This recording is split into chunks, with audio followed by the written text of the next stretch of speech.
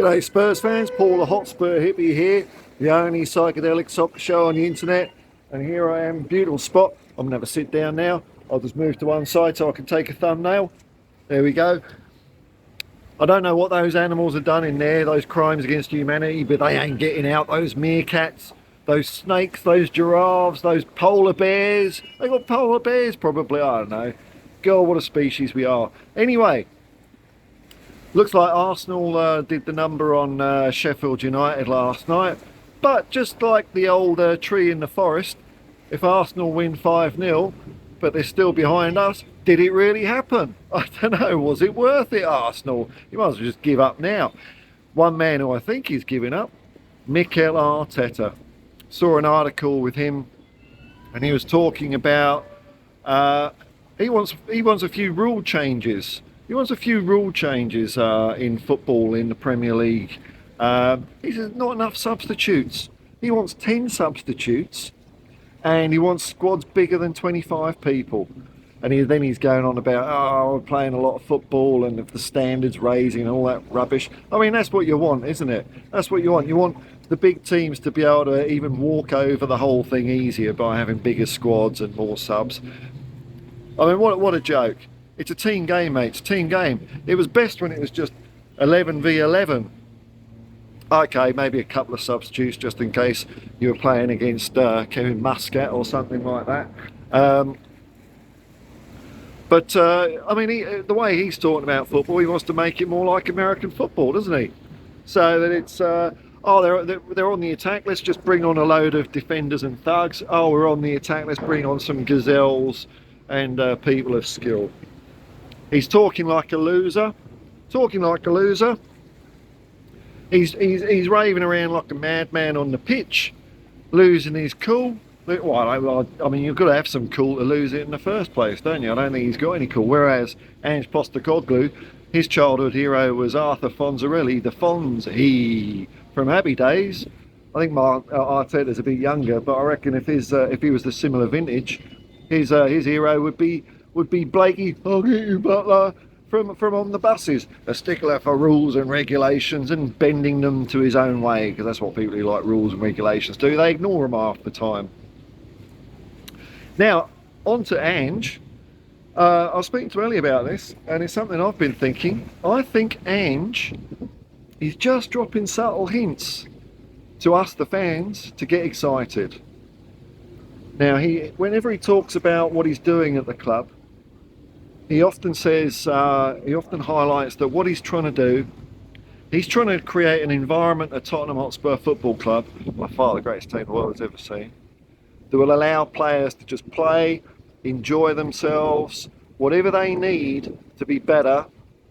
Ange has got it for you, whether it's a kick up from the arse by Mile Jedinak or a soothing word from Ryan Mason. Tottenham has got it all. It's the one-stop shop for football artistry. He's creating an environment. They're important words. One of the biggest part of the environment of a football club? It's the fans, mate. It's us.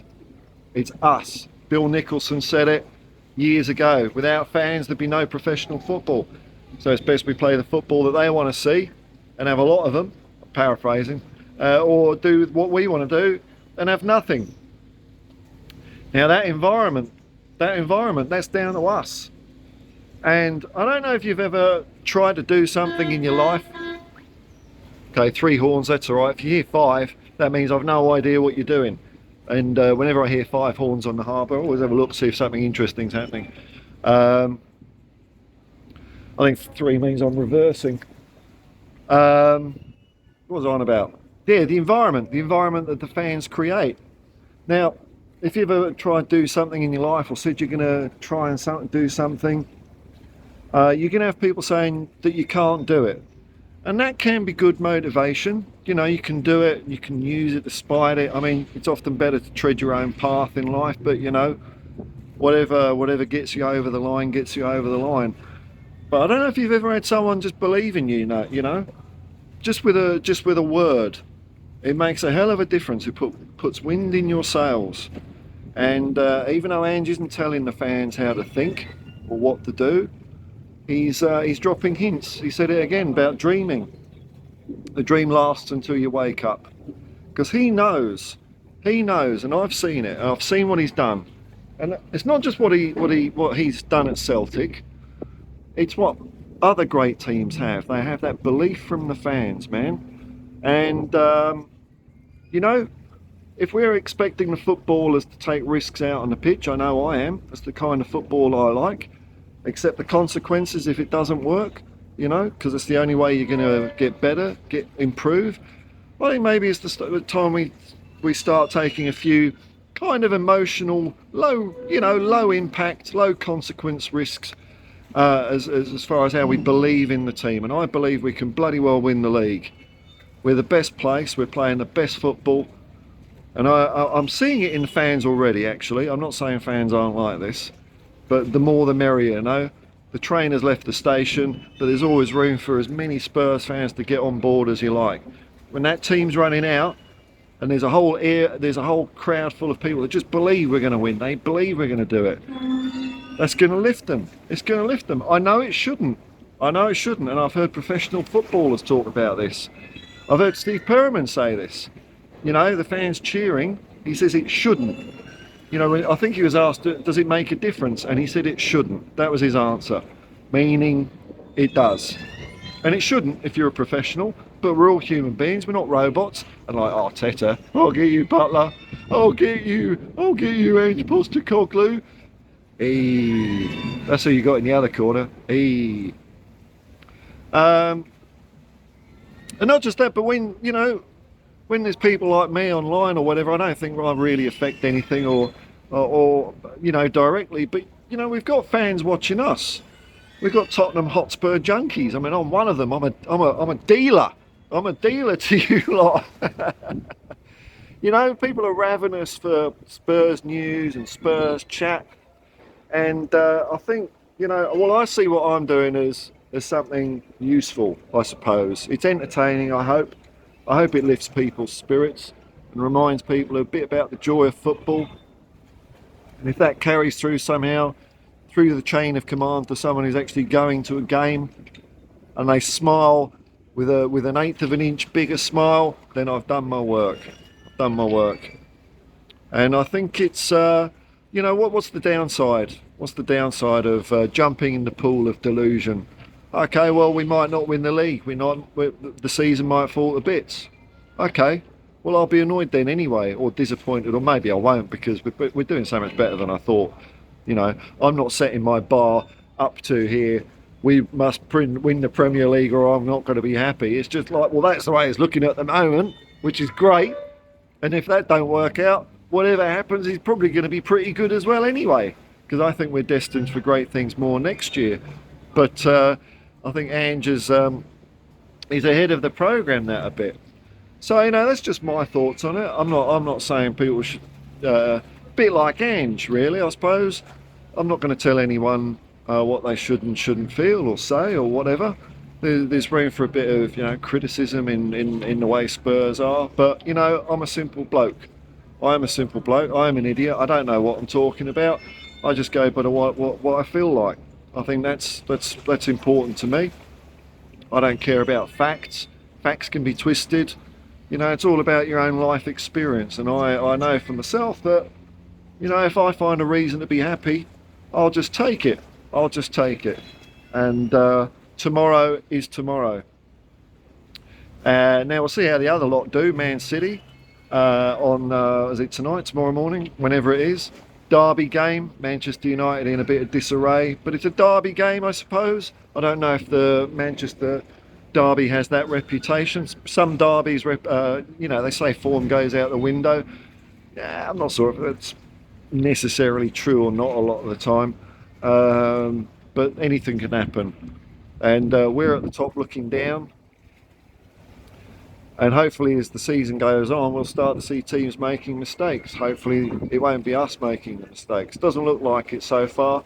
It's been a season of challenges, and we've been up to every challenge. We've done it, New manager, Brentford, 45 minutes. After that, we were great.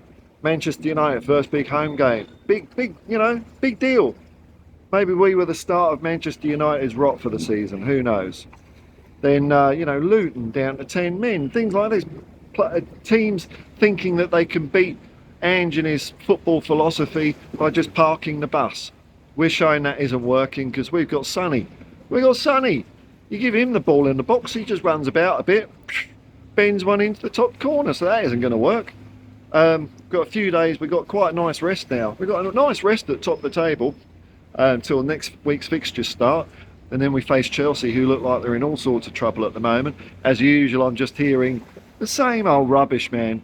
It's almost like a lot of these teams, like Chelsea, Arsenal, Manchester United, maybe even Liverpool, I don't know if people have said it about that, all of their problems in the world would be solved if they had a striker. Well, we had a great striker, didn't we? We had a great striker for what, 9 seasons? Our record goal scorer. You can't ask for a better striker than that in the club. And we didn't do much, did we? Now, without that 200 million or 100 million, well, let's face it, if he had a few more years on his contract, it'd be 150 million quid. Without that striker, I don't think we're missing it, really. I don't think we're missing it.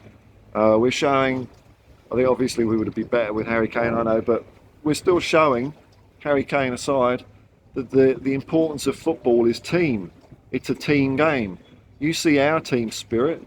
You see the way we're on the pitch. You know, in retrospect, I've had time to think more about our game against, who was it? I can't even remember who we played. It wasn't Fulham, was it? It was somehow Crystal Palace, that's who it was. They all merge into one, these subpar London teams. And Ange, Ange knows about football more than me, doesn't he? Of course he does. The team was patient. You know what patience is? It's calm. It's cool. That's what they're doing. They're playing in the image of Ange Postecoglou, the Fonz.